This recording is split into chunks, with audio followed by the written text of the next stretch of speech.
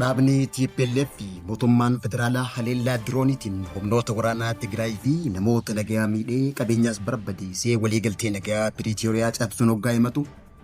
Dhaabni TPLF ammoo ifaan ifatti waraana Shaadiyaa guuza yaammachuun dhaga'ame.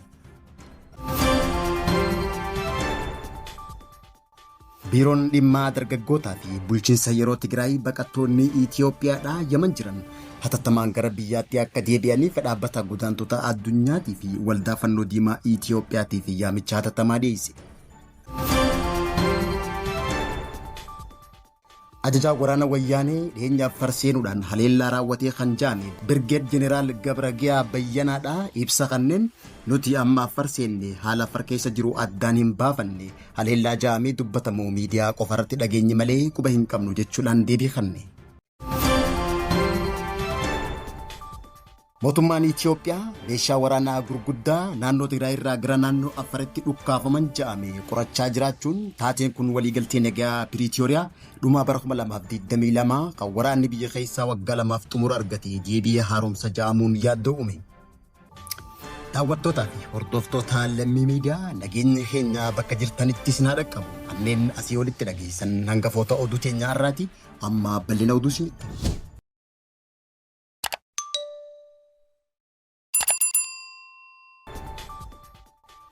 Dhiyeenya TPLF waliigaltee Piriitooriyaa waggaa 3 dura mootummaa federaalaa wajjin mallatteessitee cabsuun daangaa naannoo Affaar seentee haleellaa raawwatteen horsiisee bultoota Affaar qeerraa ari'uudhaan gandoota Affaar 6 humnaan to'achuun ni yaadatama. Haa ta'uutii malee mootummaan tarkaanfii haleellaa diroonii fudhateen waraanni TPLF gandoota naannoo Affaar 6 humnaan qabatan kunneen gandoota kana gadhiisuudhaan gara naannoo Tigraayitti deebi'an. Haleellaa diroonii mootummaan tarkaanfii fudhate kana ilaalchisuudhaan TPLF mootummaa Itoophiyaa himachuun dhaga'ame. TPLF xalayaa mootummoota gamtoomaniitii fi gamtaa Afrikaatiif ergiteen mootummoonni gamtoomanii fi gamtaan Afrikaa isaan jidduun galuun dhimma isaanii akka laalu gaafatan. TPLF gaafa 7 bara 2025 jimmata dabree kana xalayaa barreessaa olaanaa mootummoota gamtoomanii Antonio Guterresiif durataa komishinii gamtaa Afrikaa Mohammad Ali Yusufiif erganiin mootummaan Itoophiyaa haleellaa dirooniitiin durukote jechuudhaan himannaa dhiyeessan. Durataan dhaaba wayyaanee Dabratsiyoon Gabra Mikaa'el mootummaan federaalaa waliigaltee waraanaa dhaabuu cabsuun miidhaa hamaa nurratti geesse jechuudhaan himate. Kana malees pirezidaantiin bulchiinsa yeroo Tigraay Leetinaar Jeneraal Taaddasaa Warradaa daawwannaa hojii dhiyeenya godina raayyaatti taasise irratti gareen hidhattoota TPLF kan obbo Geetaachoo Raddaatiin dalagamu kan yeroo ammaan tana naannoo Affaar keessa sosso'an daawwannaa jila pirezidaantii irratti miidhaa geessisuuf qophii xumuruu dhaga'ameen pirezidaantiin bulchiinsa yeroo Tigraay sochii dhorgamuudhaan if duuba deebi'uun ni yaadatama.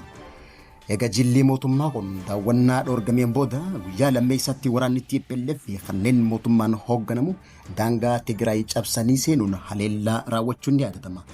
Akka himannaa TPLF kanatti mootummaan diinota gurmeessuun hirmaachisuun deeggaruudhaan irra deddeebi'ee nu tuttuquus nuti nagaaf jennee obsa guddaa agarsiifne jechuudhaan as booda immoo taateen uumamu nagaa caalatti kan booressituu akeekkachiisan mootummaan gamtoomanii gamtaan Afrikaatii fi hawaasni idil addunyaa dhiibbaa siyaasaa mootummaan federaalawaa Itoophiyaa nurratti taasisaa jiru dirqama waliigaltichaa akka ba'atuuf marii dhugaatii fi haqa qabeessa ta'e irra deebi'uun akka taasifamuuf yaamichaa dhiyeessan.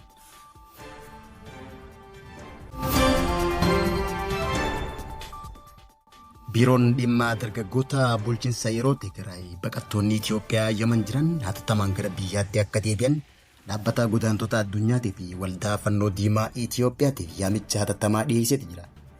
Biiroon tun xalayaa dhaabbilee lamaan kanaaf barreessin dargaggoonni Tigraay hedduu dabalatee baqattoonni 100,000 lakkaa'aman haala lubbuu namaa balaarra buusuu keessa akka jiran ibsuudhaan xalayaa tana barreesseef dhimma ariifachiisaa fi yaaddoo guddaa qabu ta'uu hubachiisee jira. Baqattoonni kun harka caalaan isaanii carraa fooyyaa barbaaduuf imala kanarra kan turan yoo ta'u amma balaa guddaa keessa akka jiran xalayaan tun ibsitee jiru. Baqattoonni Yaman keessa jiran humnaan gara biyyaatti akka deebi'an doorsisni jeequmsa hidhaa fi adabbiin bifa hamaa mirga namummaa isaanii sarbuu fi mirga namummaa bu'uura isaanii sarbuun akka irratti raawwatamaa jiru waajjirri kun ibsee jira. Keessumattuu shamarranii fi daa'imman faayidaa fi jeequmsaaf saaxilamoo ta'uu ibsuudhaan dhaabbanni godaantota idil addunyaatii fi fannoo diimaa Itoophiyaa tarkaanfii hatattamaa fudhachuun nageenya qaama baqattootaa mirkaneessuu fi kabajaan gara biyya isaaniitti akka deebi'aniif haala mijeessuu akka qabanis gaafatanii jiru.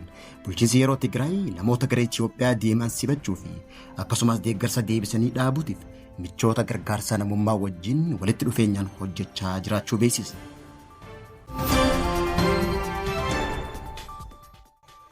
Ajajaan waraana wayyaanee dhiyeenya Affaar seenuudhaan haleellaa raawwatee ja'amee kan ta'e Birgeed Jeneraal Gabra Giyyaa Bayyanaa ibsa kanneen nuti amma Affaar seenne haala Affaar keessa jiru addaanuu hin baafanne haleellaa ja'amtee dubbatamtuus miidiyamarraa dhageenye malee quba hin qabnu jechuudhaan deebii kanne.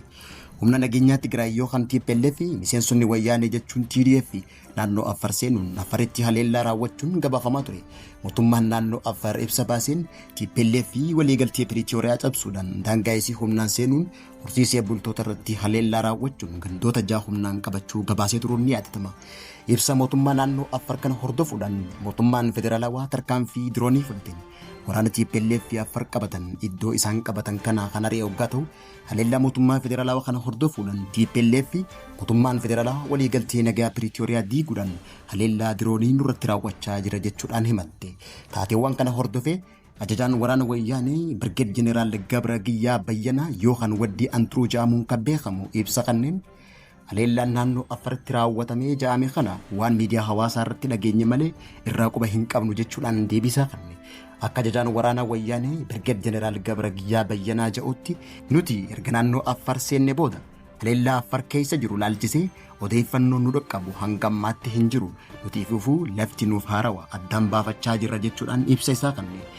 Akkasumas miseensonni Tigraay Defense Force yookaan waraana wayyaanee naannoo Affaaritti dhukkaasa banuu dhagahuu malee odeeffannoo biraa akka hin qabne kan ibsu ajajaan waraanaa kun innis yeroo pirezidaantiin naannichaa Jeneraal Taaddasaa Warradaa raayyaa deemuudhaan walitti bu'iinsi akka ture quba qabaachuu dubbatee jira.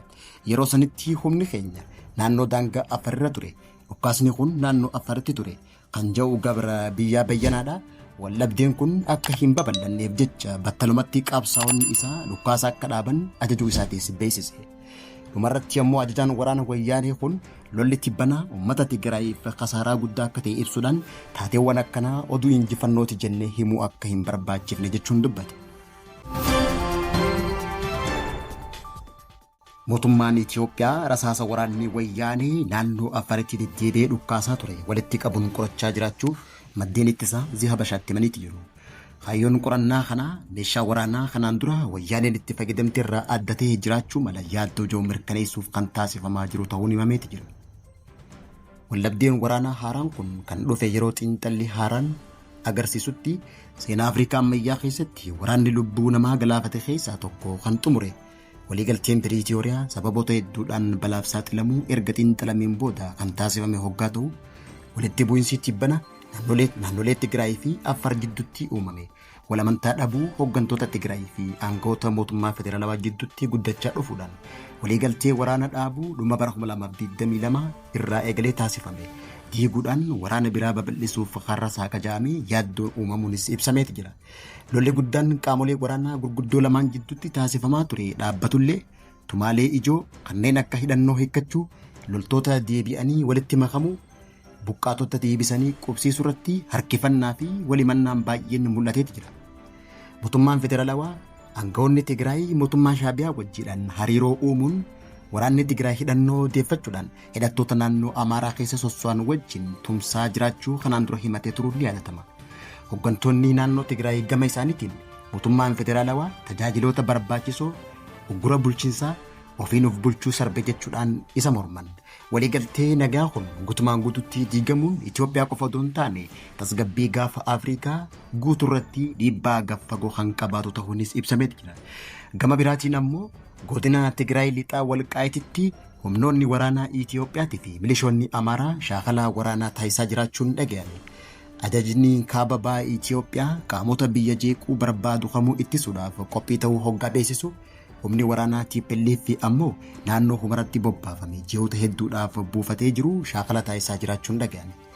Waraanni raayyaa ittisa biyyaatii fi humni qilleensaa Itoophiyaa hokkara waraanni kaaba Itoophiyaatti kaasu kana ittisuudhaaf yeroo ammaan tana loltootaa fi meeshaa waraanaa gurguddaa garasitti ergaa jiraachuun himame. Haaluma fakkaatuun loltoonni wayyaanee lakkoofsaan guddaadha kaleessa gara naannawa Zoblee fi Bisobeel bakka tarsiimoo naannoo daangaa Tigraay Afar akkasumas Eertiraatti bobbaafamu maddeen amanamuun kaaba Itoophiyaadhaa gabaasanii jiru. Daawwattootaa fi hordoftoota lammii miidiyaa irraa oduu guyyaa kanaaf qabannee dhiyaanne kanan gammaatti hordofaa turtanii turtii gaarii.